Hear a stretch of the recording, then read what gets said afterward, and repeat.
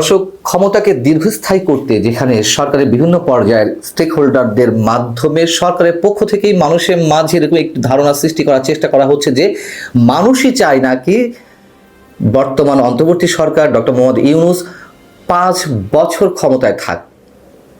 সেখানে হঠাৎ করে আমাদের প্রধান উপদেষ্টার মুখ থেকে কেন নির্বাচন আগে আগে করার একটি কথা তার মুখ থেকে বের করতে হলো? তিনি কি কারোর চাপে রয়েছেন? যদি চাপে থেকে থাকেন তাহলে কার চাপ? আর চাপে যদি থেকে থাকেনও, তিনি কি তার বর্তমান যে স্ট্যান্ডটি যে ডিসেম্বরের মধ্যেই নির্বাচন হোক সেখানে তিনি স্থির থাকবেন?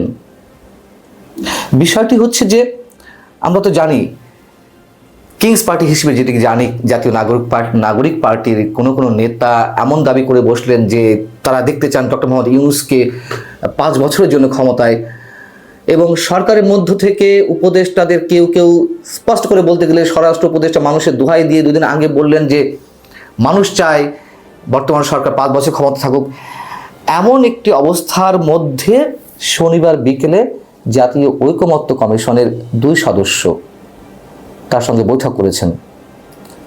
একজন হচ্ছেন সহসভাপতি ডক্টর আলী রিয়াজ, আর একজন হচ্ছেন অন্যতম সদস্য ডক্টর বদিউল আলম মজুমদার। তারা 2 জন শনিবার বিকালে ডক্টর মোহাম্মদ ইউনূসের যে সরকারি বাসভবন যমুনা সেখানে বৈঠক করেছেন। সেই বৈঠকে কি কি কথা হয়েছে সেগুলো আবার গণমাধ্যমকে একভাবে জানিয়েছেন প্রধান উপদেষ্টার প্রেস উইং থেকে জানানো হয়েছে, এবং এই কথাগুলো আবার আমাদের প্রধান উপদেষ্টার যে অফিসিয়াল ফেসবুক পেজ সেখানেও তুলে ধরা হয়েছে। সেখানে বলা হচ্ছে যে এই 2 সদস্য প্রধান উপদেষ্টাকে যে রাজনৈতিক দলগুলোর সঙ্গে এই পর্যন্ত সংস্কারের বিষয়ে কথা হয়েছে সেগুলো তুলে ধরেছেন। এ পর্যন্ত 8টি রাজনৈতিক দলের সঙ্গে বৈঠক হয়েছে, আগামী বৃহস্পতিবার বিএনপির সঙ্গে বৈঠক রয়েছে, সেটিও তারা তুলে ধরেছেন। তখন সেখানে বলা হয়েছে যে আগামী ডিসেম্বরের মধ্যে নির্বাচন অনুষ্ঠানের লক্ষ্য নিয়ে যেন সংস্কারের কার্যক্রম এবং রাজনৈতিক দলগুলোর সঙ্গে আলোচনা চালিয়ে যাওয়া হয়। সেখানে আরও একটি কথা বলা হয়েছে যেটি বেশি ইন্টারেস্টিং, তা হচ্ছে সংস্কার কার্যক্রমের বিষয়ে জনমত যাচাই এবং সে বিষয়ে জনসচেতনতা সৃষ্টির লক্ষ্যে বিভিন্ন কর্মসূচি গ্রহণ করা হয়েছে। এটি প্রধান উপদেষ্টার যে অফিসিয়াল ফেসবুক পেজ সেখানে উল্লেখ করা হয়েছে। প্রথম কথা হচ্ছে যে সংস্কার কার্যক্রমের বিষয়ে জনমত যাচাই করতেই পারে যে জনগণ কতটুকু সংস্কার চায়, জনগণ আদৌ সংস্কার চান কিনা, কিন্তু জনের সচেতনতা কেন সৃষ্টি করতে হবে একটু খটকা লাগছে। আলাপ আলোচনা করলে তো রাজনৈতিক দলগুলোর সঙ্গে আলোচনা করতে হচ্ছে, তাই না? আর জনগণের মতামত নেওয়া যেতে পারে, কিন্তু জনসচেতনতা সরকারের পক্ষ থেকে কেন সৃষ্টি করা হবে? সরকার কি একটি পক্ষ? ডক্টর মোহাম্মদ ইউনূস সাহেব তিনি বেশ কিছুদিন ধরে বলে আসছেন যে সংস্কার যদি বেশি হয় তাহলে জুনের মধ্যে নির্বাচন, সংস্কার যদি কম হয় তাহলে ডিসেম্বরের মধ্যে নির্বাচন। এর আগে তিনি বলেছেন ডিসেম্বর থেকে জুনের মধ্যে নির্বাচন, আবার কখনো কখনো বলেছেন মার্চের দিকে নির্বাচন হতে পারে। এক এক সময় এক এক কথা, কিন্তু তিনি শনিবার ডিসেম্বরে কথা বললেন। এখন এই ডিসেম্বরে কথা বলাটা কি আসলে, যদি বলছিলাম চাপে পড়ে তিনি সত্যি ডিসেম্বরের মধ্যে নির্বাচন করতে চান, নাকি তিনি গুগলি খেলছেন, একটা দ্বন্দ্বের মধ্যে রাখতে চাচ্ছেন রাজনৈতিক দলগুলোকে এবং মানুষকে, রাজনৈতিক দলগুলোকে ঠান্ডা রাখতে চাইছেন এই কথা বলে? আমরা আসলে নিশ্চিত নই।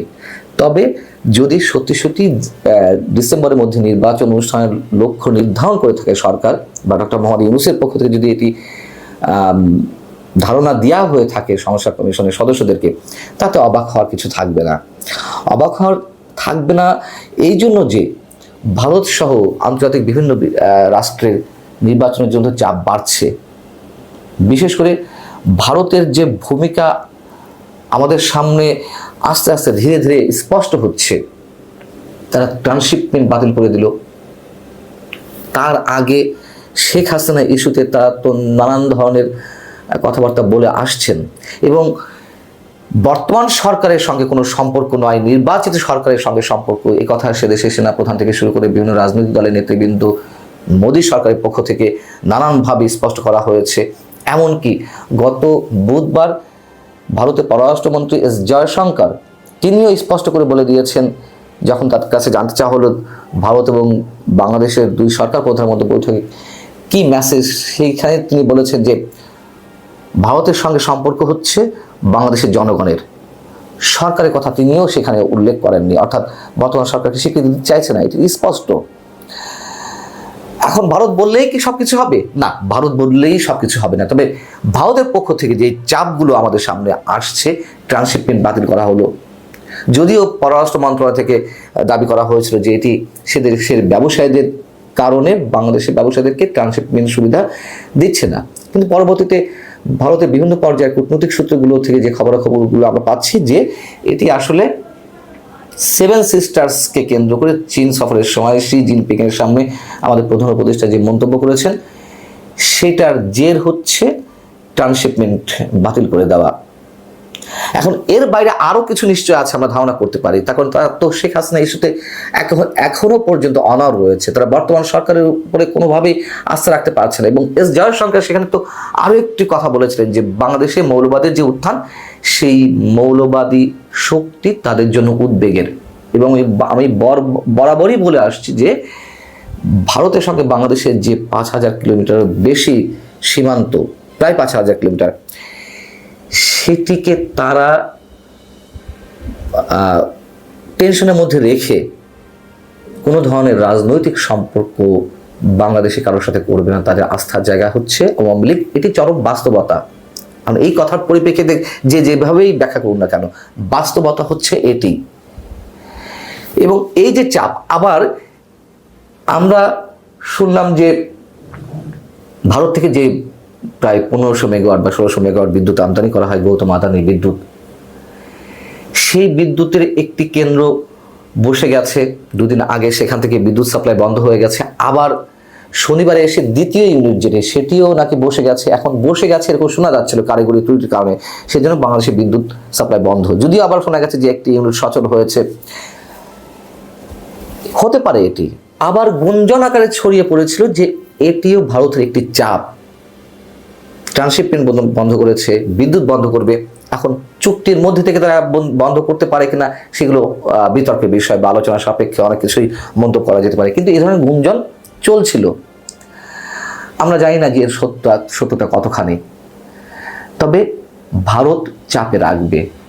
এবং শুধু ভারত নয়, আমি যদি বলছিলাম ভারত চাইলেই কি সেটি হবে, না, আবারও বলছি না, কিন্তু ভারত তো তার বন্ধুদের নিয়ে এগোতে চাইছে, যুক্তরাষ্ট্রকে নিয়ে এগোতে চাইছে। এবং যে বিনিয়োগের কথা বলা হচ্ছে, বিশেষ করে চীনের পক্ষ থেকে $2.1 বিলিয়ন প্রতিশ্রুতি পাওয়া গেছে বাংলাদেশে বিনিয়োগের জন্য, এটুকু আমরা বলতে পারি খুব সাদামাটা বুদ্ধিতেই বলা যেতে পারে, কোনো নির্বাচিত সরকার ছাড়া বিনিয়োগ আসার সম্ভাবনা খুবই কম, খুবই কম। এবং অন্যান্য রাষ্ট্র থেকেও একটি দাবি উঠছে দ্রুত নির্বাচন দেওয়ার। সেই জায়গা থেকে যদি ডক্টর মোহাম্মদ ইউনূস সত্যিই তার মনের কথাটি বলে থাকেন, চাপে পড়ে অথবা যে কোনোভাবেই, তাতে অবাক হওয়ার কিছু থাকবে না ডিসেম্বর মধ্যে নির্বাচন হলে। তবে এখানেই হয়তো শেষ মন্তব্যটি করা ঠিক হবে না, আমাদের দেখা রয়েছে আরো অনেক কিছু।